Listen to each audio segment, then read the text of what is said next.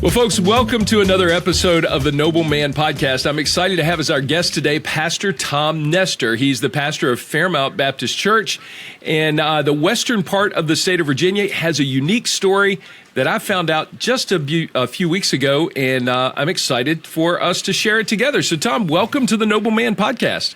It's a privilege to be here. Thank you for asking me. Oh, you're welcome. It's great fun. Now, listen, you and I met maybe about 10 or so days ago, maybe 2 weeks ago, at it was the night before a Bible conference in Hampton, Virginia, and right.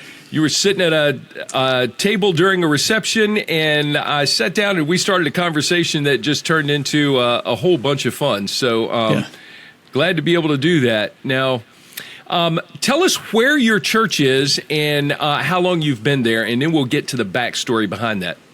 All right. Well, Fairmount Baptist Church our address is Boones Mill, Virginia. We're about a half hour south of Roanoke. And my church is 220 is the highway that runs through there. We're about 6 miles off 220. We sit between the communities of Boones Mill and a little community called Callaway. Okay, between Boones Mill and Callaway, and just south of Roanoke. Yeah. And we've been here 7 years. January was 7 years since we moved here. Okay, so a pretty rural area. But you moved from a pretty urban region of Michigan, right? Tell us what you were doing before you started pastoring.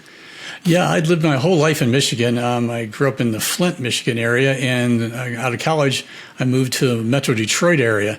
So, yeah, we were in suburban Detroit, suburban sprawl, as far as you can see. And so, yeah, we're coming from a very suburban area into a very rural area, very, very different. We used to run to the Kroger and back in 6 minutes and where we lived in Michigan. And now it's like, do I really want to go to the store? I need a gallon of milk, but I'm going to spend $6 of gas to get $2 gallon of milk. And it's been a little bit of adjustment, but it's an awesome place to live. But it is very, very different in a whole lot of ways. For sure. Now, so you graduated from high school, went to Bible college, then directly to seminary, and then right into the pastorate, and you've been pastoring for 40 years. Is that correct? Yeah, it's almost exactly right, except for almost none of that. I graduated high school, graduated from the University of Michigan. There was a campus in Flint where I lived, and I went there for computer science, and I'm a computer science major. Graduated from college in 1985. Yes, there were computers back then. Some people don't know that, maybe.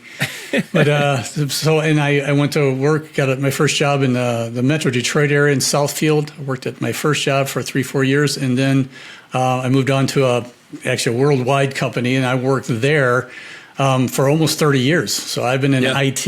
I was in IT almost my entire life. I was a computer programmer. Eventually, did some project leading. I was doing some training near the end, but I've been in IT, computer stuff almost my entire life, right up until 2019.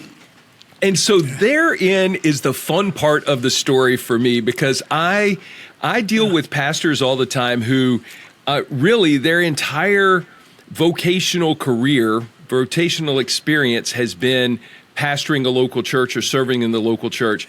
But I love the fact that Tom served in a large corporation in the IT department for 30 years. He retired, but as he was doing that work, he was very much involved in a local church. And I'm going to get you to tell your salvation story, to share your conversion experience here, Tom. But then how did you become a guy who loved the church so much that you would hear a call to come to Virginia to pastor? Tell us that story. Yeah. So I grew up in a Christian home, and we were, if the doors were open, we were there. And I do not know what normal people do on Sunday. You go to church on Sunday. I don't know anything else. And so I was probably that typical always in church kid. I was that annoying kid. I knew all the Bible answers when there was a quiz or whatever. I knew all that. But you can know Bible stuff and not know Jesus Christ. And when I was about 11 years old, during an invitation call, at my church, I realized I had a sixth grade Sunday school teacher who kept me after class one day and said, "Tom, how do you know you're going to heaven when you die?" Typical Baptist question. Yeah. And I was the guy who knew all the answers, and for some reason, the truth fell out of my mouth that morning, and I said things like, "I'm good. I think this. I feel that." And he goes, "Well, it's not about feeling, right?" And I was just stymied that he bothered to ask me this question as the good church kid. And that the truth came out of my mouth. I realized I don't know what I'm talking about. Or actually, I do know what I'm talking about. I've never given my life to Jesus Christ. And so that morning at the Sunday service, when they gave the invitation, I went forward, and a lovely senior saint, Floyd LaRock, met me at the altar, and I gave my life to Christ that day. So I'd grown up in a Christian home. That's the day I gave my life to the Lord. All right, hold on. I have to hit two key points here. Yeah, okay. And one is that your sixth grade Sunday school teacher was a guy. Is that right? Yes, sir. It was, and he was even better. He was a Marine. See, I love that, and I knew you think would. we, my goodness, guys, you should be teaching sixth grade Sunday school to boys. You should be involved in doing that, because we're all knuckleheads at 11, and we need some guys to help us get our lives straightened out. Payne Carr was my Sunday school teacher when I was in middle school, a guy. And, man, if you're looking for something to do that is challenging, stop trying to hit a golf ball in a little hole and start trying to teach middle school boys how to follow Jesus. I just had to put that in there. And then, and then another seasoned saint met you at the altar. So it was another guy in the church. So you saw men in the church, right? Yeah, right. Sure. And during the old-fashioned Baptist altar call, like the church I grew up in, there was guys up front to talk with the guys, and women up front to talk with the ladies as well. Sure. And so it's not surprising, but you nailed those guys just right, and that's who they were. And seasoned in the Lord, loved the Lord, and loved leading people to Christ, and that's who those guys were. That's awesome. So then you're a sixth grader who's truly saved, and then what does the next part of your journey look like? Oh, the next part of my journey is just pretty boring. I was just a Baptist kid in a Baptist church doing what's right, because otherwise my dad would kill me, right? Yeah. And got through college, graduated college, moved to suburban Detroit, on my own for the first time, and realized, all my choices are my own now. And somewhere in the back of my mind, I was going to continue to go to church, be a good guy, and that was it. Because that was good enough. And somewhere along the line, as I met other people who had other beliefs, looked at life differently, I'm like, well, so does the Bible matter to me? I know what it says, and I know what the rules are, but am I doing what I'm doing because I love the Lord? Or am I doing what I'm doing because that's what my dad taught me? And the answer was, I'm doing what I'm doing because that's what my dad taught me. And somewhere in that post-college era is when I needed to make a decision. Either the Bible is meaningful, is God's word, and therefore I should obey it and serve the Lord, or it's not very useful. I mean, otherwise, what is it, right? And then that's when I really started making Christianity my own, and serving, thinking about God more as Savior, Lord, Master of my life, than just being a good guy, which is kind of what I'd always been to some extent, Sure. But but that post-college time was when I really had to think through who I am, what I believe, and if I believe this, then what does that mean to my life, and apply it. Right. Start applying it. Yeah. So you're walking through that. You're early in your career. At what point do you meet your sweet wife? I met her at the event as well. Yeah, and so, you met her while she was over doing what my wife does, which is meeting everyone in the room. I just decided I'm going to grab some cake and sit down, and that's when you met me, sitting by myself as the IT guy who didn't want to meet anyone in the room, let alone everybody in the room. And that's who my wife and I are. So when you ask, where did I meet my wife, we actually grew up in the same church. Okay. There in Flint, Michigan. Her family moved to Northern Virginia in '81. I think she was a freshman in high school. All of her family, all their family's friends were still back in Michigan, so her family came back in town all the time. Her brother was one of my best friends growing up. So when they came to town, we would see the family, and I would see her. And somewhere along the line, I was, as I thought about, what am I really doing in life? Who's the most godly, God-centered person I know, woman I know, and it's Melanie, and it still is. And I'm like, wow, a smart guy would do something about that. And eventually I came to my senses and got serious about her. There's a there's a God intervention in that as well. And, I need to decide what I'm going to do with Melanie. And I'd be a fool to let her slip through my fingers if I have anything to say about it. And, I went down and visited a couple of times. We had some conversations. And I realized she's the best thing God has in my life. And so eventually we got married. But I have known her my whole life, really. Yeah. At some level. Even though at some point she was just Jeff's little sister, I still knew her even then. But many of you are probably just listening to this, but if you were watching it, you could see the smile on Tom's face every time he mentions Melanie, and that's just a bunch of fun. So even after these years. When I came to the church here, I told them, hey, look, the best thing you're getting if you bring me is my wife. And they laughed and they laughed. Oh, I've been here 7 years, and they realized, yeah, Melanie is absolutely the best thing I brought to the table when I came. And there's no exaggeration about that. She's wonderful. Well, that's awesome. All right, so you guys are married. You're living in suburban Detroit or in Flint. Well, I guess you're in Detroit because of where you're working. You're involved in a church and deeply involved in a church, grew more deeply involved and ultimately started doing some leadership stuff. So talk about how God grew you from just being a member sitting in a pew to a guy who was leading in the church. Yeah, when Melanie and I first came to Lakes Bible Church, it was Lakes Baptist Church, eventually changed its name later, but when we came to Lakes Bible Church, there wasn't anyone there our age. But we just felt, man, God, this is a place. We visited around looking for places with young adults, like us, and trying to find those friends at those, early 20s, in our lives. And but we visited this church, and we came back another time. I said, we just think this is where God wants us to be. So we came to Lakes, and our best friends were Bill and Donna Polson, who were at least 15 years our senior. And they befriended us, had us over, fed us, taught us about hockey. That's how I became a Detroit Red Wings fan through Billy.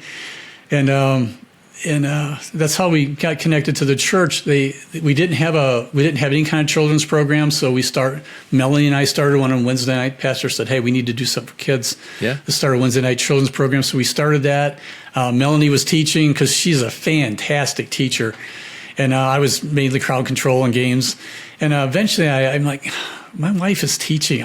I've been in church my whole life. I should be able to teach one lesson to children, right? There you go. And that's actually when I started. It was probably the embarrassment of it. That's when I started teaching, and I taught my first thing to kids. And as we did that for a few years, eventually we'd been with some of the kids for a while, and they're graduating in that. They're moving out of elementary school. They're moving. We need a teen thing.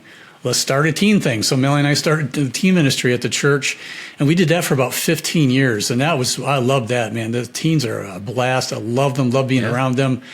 So we grew that, and eventually the church was growing at the same time. We hired a youth pastor, so we moved on to adults, and adult problems are different than teen problems, right? For sure. And as we started working with and dealing with adults more often, that's when God, I think, really started growing me as a more mature adult leader in the church. I was putting my timeline together. I was an elder at the church by that time, as our church had moved to elders, but we started working with adults, and the church had grown, and we got in this group of adults who had they'd come to Christ early in life, and time, whatever, sort of got away from it, and they were coming back to church. And we had a lot of adult but young, inexperienced Christians in our church, and we looked around and said, what are we going to do with them? Let's start like a Christianity 101. Right. Tom and Charlotte Lipke, both of them have gone to be with the Lord. I'll never forget them standing there in the foyer of the church talking to them one time. All we want to do is come to a church that'll teach us the Bible. I'm like, pinch me, right? If everybody would say that. And so that's what he did. We taught some basic Bible things to them. We did a couple 6 weeks program, another 6 week, on top of that. And then the class was sort of over. I said, here are the other adult classes that are going on in the church you can jump into. And somebody goes, but we want to stay together. And because we had started doing things together as this little group. We'd meet at my house sometimes for watermelon and lemonade and study the Bible. And there was an older lady who had joined our group that we were taking care of. And this group wanted to stay together. They were growing together. And so I said, so what do any of you know about Adam, Abraham, Jonah? Right. I started naming all these things you learn in Sunday school as little kids, and most of them were like, nothing really. And so I spent like the next year hitting major Bible stories and characters and trying to put those pieces together.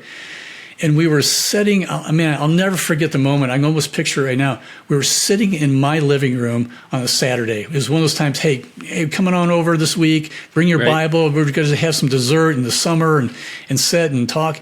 And they were all sitting around my living room, and they all sat down, got out their Bibles, and I looked up, and they were all looking at me. Yeah. And I realized, I am their shepherd. Right. In our church. They're not looking to Don, our pastor, who's a great guy and very helpful to me, but they're looking to me. And I'm like, that's what this is like. And that's when I first started getting that realization, I'm just doing what I'm doing. I'm trying to teach people. I'm trying to love on people and build that community in the church. That's when I realized, God is using me as a shepherd. And ding, ding, ding, and those things started going off. And I'm like, that's not... had no idea of being a pastor in the church, leading a church by myself at that time. I'm like, I get it. And that's why I'm an elder in the church, right? Right. And so now I'm really beginning to shepherd. And all of a sudden I got sort of my own little group here. I'm like, one of the big benefits of that and seeing how this fits together in the context of a church is, so I've got this group of people who are looking to me and I'm trying to teach them and love on them, taking care of them. That is 12, 16 more people that my pastor doesn't have to worry about, right? Because they're being taken care of by somebody else. Like, okay, I'm starting to understand how this can work and how I can fit into that. And so that's how we got from Wednesday night little kids to dealing with adults and me going, I'm shepherding and I need to be doing this in some other way. Yeah. Well, and that whole time you're still working for this corporation. You're an IT guy who has a full-time job, and you're functioning as an elder, a shepherding elder, if you will, at your local church. Well, and then time goes on and you reach a point where you're eligible for retirement, right? And the pastor has given you even more responsibility along the way. So what did it look like for him to give you even more opportunity and responsibility? Yeah, well, along the same way, and about that time, my pastor at our church, he'd allow me to preach once in a while. I had a desire to do that. And so he allowed me to do that a couple times a year. To me, I'm like, what can I do to help you? What can I help you as senior pastor? And preaching once in a while gave him a break. He was probably panicked the whole time I was speaking, but I gave him a break on a Sunday. And we were, any shepherd who's involved at this church is going to be doing counseling at some level. So my wife and I, we took a couple of tracks. We thought we could help people doing counseling and to take that off of my pastor's plate as well. And then he started farming me out to all his pastor friends who were going on vacation. Right. Hey, I got a guy. And so I started preaching at some of these other churches, and I like to say honing my craft. I don't know that I ever honed it that well, but it gave me a chance to preach other places. And I became the standing guy at a couple of churches. When they needed somebody, they would call me first. That was wonderful. So those pieces are starting to come into my life as well. And as we were doing as much as we can, I'd started seminary in there somewhere around 2005-ish, and taking classes when I can. There's not a lot available, or I don't have time, or I don't have money. I mean, I have two kids, and I have a job. And I have a job I liked. I liked my job the whole time. And at some time, my wife and I looked at each other and like, we're restricted. We want to do more. And our life is full of church and people, right? Our life is just full of people. And whether it was teens or young couples or other people in church, it was full. But how do we allow God to use us to affect more people? What do we do? Well, what's the big thing eating up my time other than sleep, right? And then, well, it's just this stupid career job I have to have that gives us money so we can have food and place to live. And but we really started thinking about it, and we talked to our pastor and his wife, who are good friends of ours. And I'll never forget him sitting on our couch.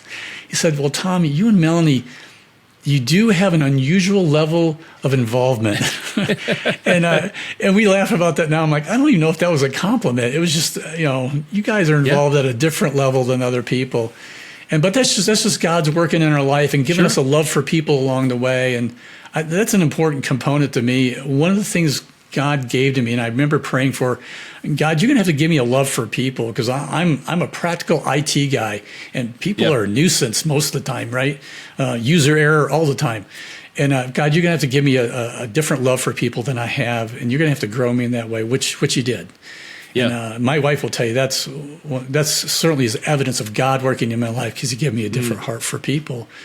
And we just came to the conclusion. I don't know what it looks like. I don't know how we get there. I don't know what it is, but we got to head towards full-time ministry, a different level of ministry, one way or the other. I'm not sure how we're going to get there. That's when we really actually first started to think about it. And so a few years later, I was talking with a guy at work who was approaching retirement age, and got talked about. He goes, "Oh yeah, the company, they got a website you can go to, put in your start date. It'll tell you when you can retire." Well, let me go look at that. And it was still, I think, about 3 years out at that point. But I'm like, oh, that's closer than I thought. Right. And my wife and I were talking about this thing at lunch today. She got sick in 2017, and it was very serious, and it pushed things off about a year, which pushed us into a time frame where by the time we were actually kind of getting ready to, we're going to go into full-time ministry, I was able to retire. I was going to leave either way. It didn't matter. We were going when the door opened. We felt it was right, but God's timing, God knows, right? And he put those things together where I was able to retire when the position here at Fairmont came up at the same time. And the reason that's significant to me, I can't live off my retirement from my company, because I retired early. I retired young. It's based on years at the company, your age, your wife's age, and all these things that I was at the bottom of. I can't live off that by itself. But my wife and I looked at each other and I said, "You know what, Melanie?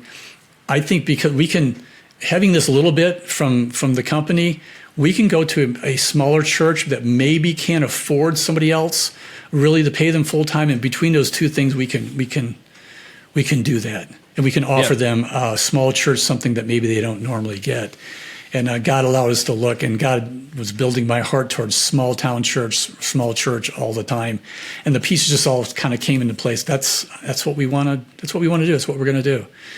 And looking back, there's so many pieces that came to get me here in this place where we're like, let's go.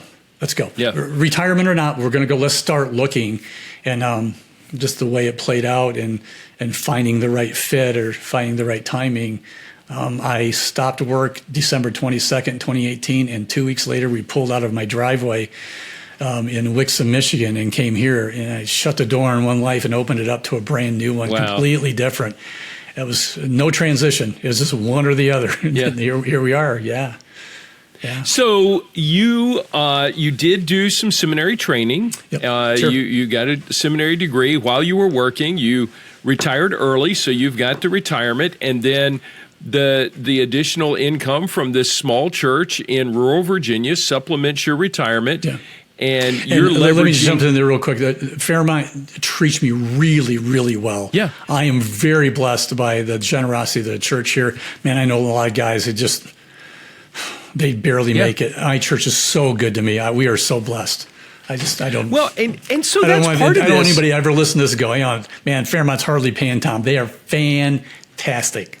God bless them, man. They're good to me. And so even that I love, because your heart is for this flock that is Fairmount Church. Yeah. And they are for you. And I just, the big reason I wanted to have you on the podcast, Tom, is because I believe there are other guys who have a love for the church, and God has trained them in unusual ways through That's their right. career experience. There are guys who are engineers, who are school principals or teachers, or maybe they've got a military career. They've got some sort of background that they aren't sure what to do next.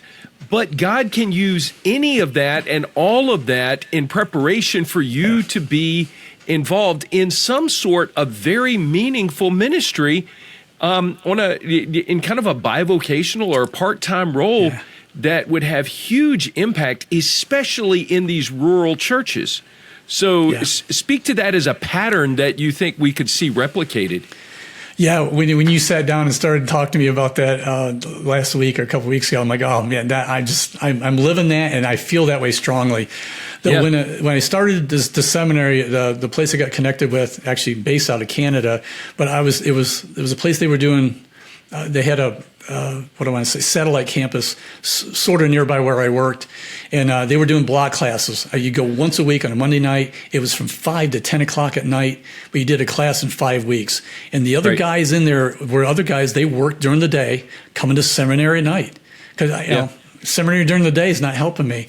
And there were 6 of us all together, I think. 4 of them were going to be in a chaplaincy of some way.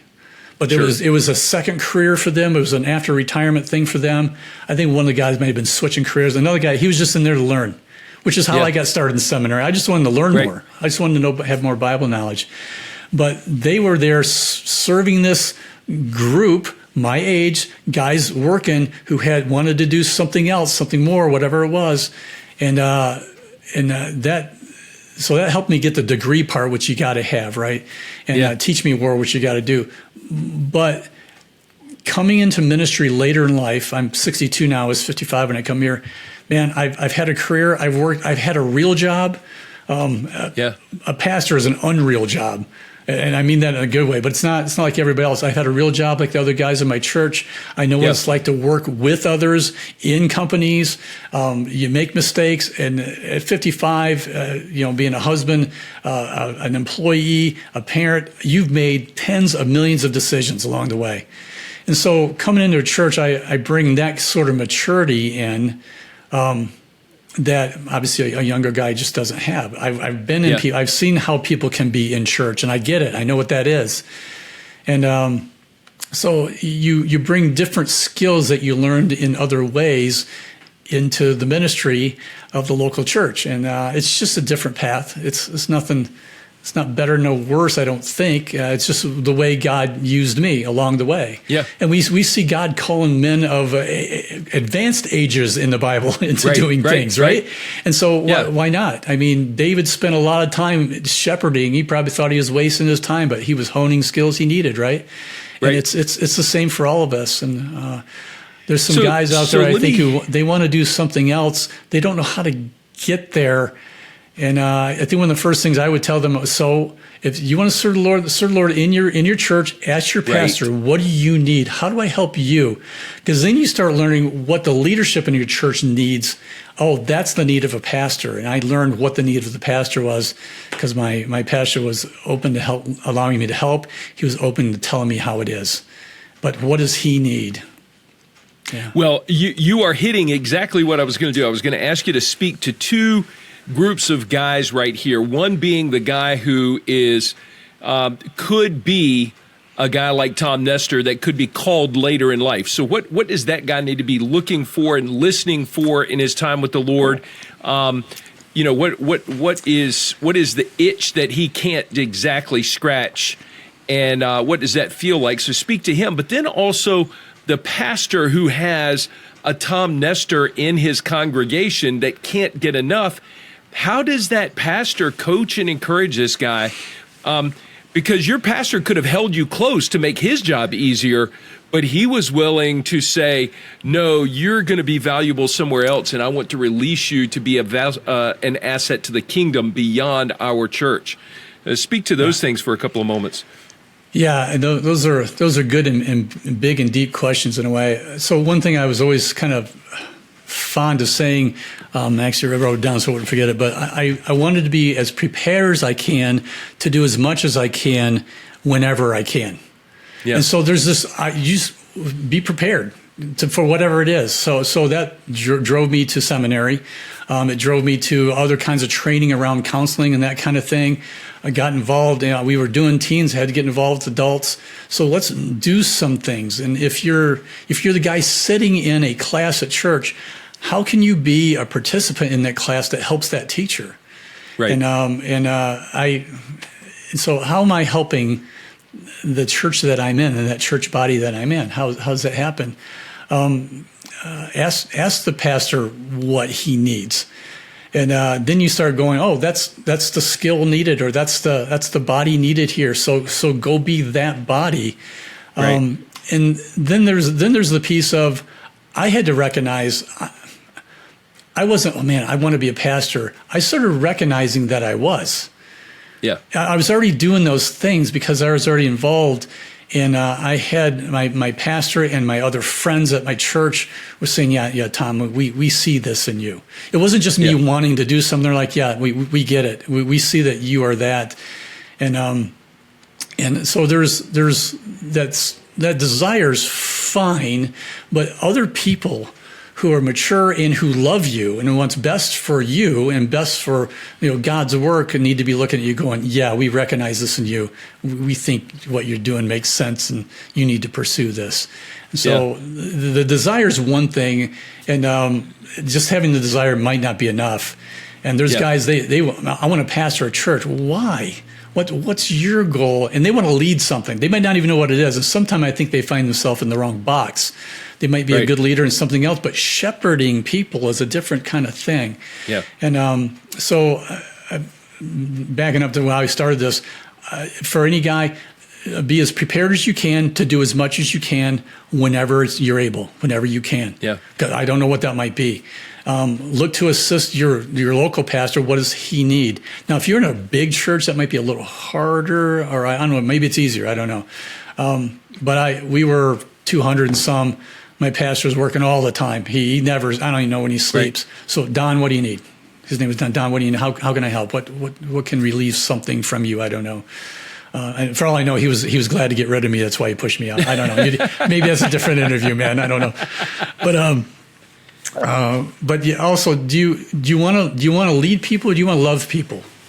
Yeah. I think that's a different question too. A lot of guys are kind of built to lead, but do you want to love them? You just want to lead them. You're not going to lead them correctly if you don't have a God type of love for them.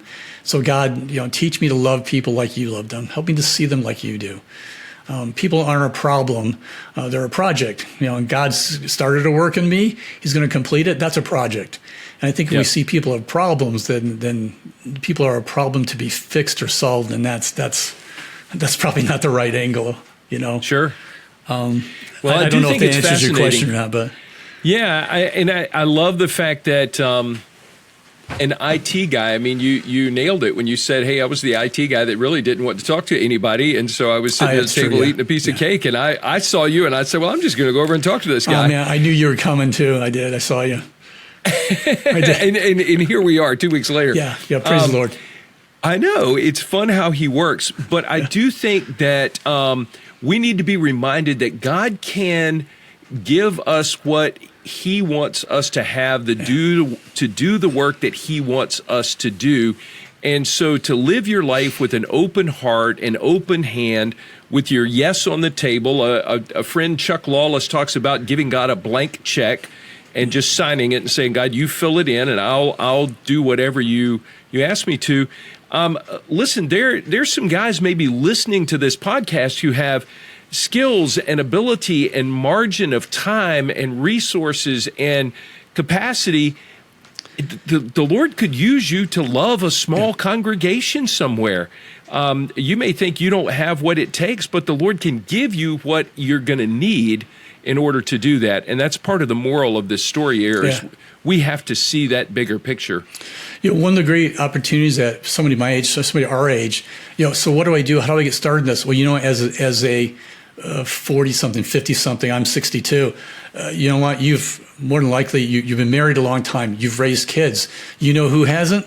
young couples. So go find a young couple, go find a young man who's new in his career, new in his marriage, new in raising kids, and go there. And he doesn't know what he's doing. I mean, did you? I didn't.